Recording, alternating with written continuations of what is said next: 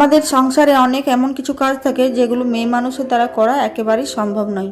কিছু কিছু এমন ভারী ভারী কাজ থাকে যেগুলো একমাত্র পুরুষ মানুষই করতে পারে। সো হ্যালো এভরিওয়ান, আমার আরও একটা ছোট্ট মিনি ব্লগে তোমাদের অনেক অনেক ওয়েলকাম। এই ভিডিওটি ছিল আমার সোমবারের। আর কয়দিন ধরে আমার ছেলের একটা বায়না ছিল একটা রেসিপি বানানোর জন্য, তার জন্য আমাকে কালকে উনুনে কাঠে রান্না করতে হয়েছিল।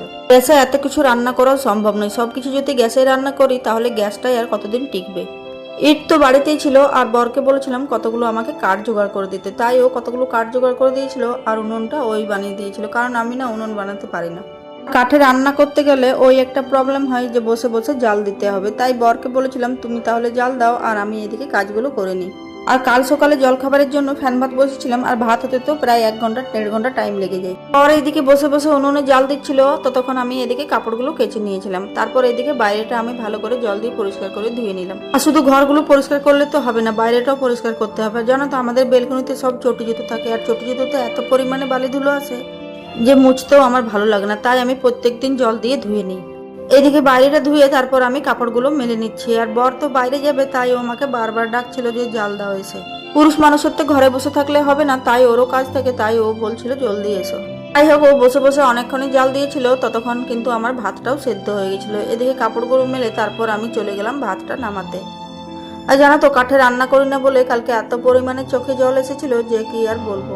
কাঠে রান্না করতে গেলে ওই একটা প্রবলেম হয় যে একটু যদি না দেখা হয় তাহলে কাঠগুলো নিভে যায়, তারপর ধোয়া হয়ে যায়। এদিকে আমি আলুগুলো নামিয়ে নিচ্ছি আর ভাতটাও নামিয়ে নিব। তারপর ভাতটা আমি ঢেলে ওই পাত্রটাতে আমি আবার ডালটা বসিয়ে দেবো। কাঠে রান্না করতে বেশ ভালো লাগে, কিন্তু ওই যে কালি হয়ে যায় ওইটা একটু মাজতে অসুবিধে হয়। আর দেখো, যখন ভাতটা আমি বসেছিলাম তখন আমি একটা আমও পুড়তে দিয়েছিলাম, তারপর দেখলাম যে একটা আমে তো হবে না, তাই আমাকে 2টো আম দিতে হবে। তাই আবার যখন আমি ডালটা বসালাম তখন আরও একটা আম দিয়ে দিয়েছিলাম। কাঠের উনুনে জানো তো খুব সুন্দর আমটা পুড়েছিল। এদিকে আমি ডালটাও বসিয়ে দিয়েছি। ডালটা বসিয়ে তারপর আমি চলে গেলাম আলু মাখতে। আর জানো তো আমাকে বারবার দেখতে আসতে হচ্ছিল যে কাঠটা ঠিকঠাক মতো জ্বলছে কিনা। একটু যদি না দেখা হয় তাহলে কাঠগুলো নেমে যাবে। ডালটা আমার কি সুন্দরভাবে ফুটে গেছে, আর এদিকে বড়ও চলে এসেছে। আর জানো তো কালকে নিয়ে এসেছিল ভেটকি মাছ, বলেছিল যে ভেটকি মাছের চিল্লি বানাতে। আমি তো ওকে বলেছিলাম কাতলা মাছের পেটি নিয়ে আসতে, কিন্তু ও আবার নিয়ে এলো ভেটকি মাছ। ও তো বাজার থেকে একেবারে মাছটা পিস পিস করে কেটে এনেছিল আর একেবারে পরিষ্কার করে নিয়ে এসেছিল। তাও আমার তো মন মানে না, তাই আরো একবার ভালো করে জল দিয়ে ধুয়ে নিলাম।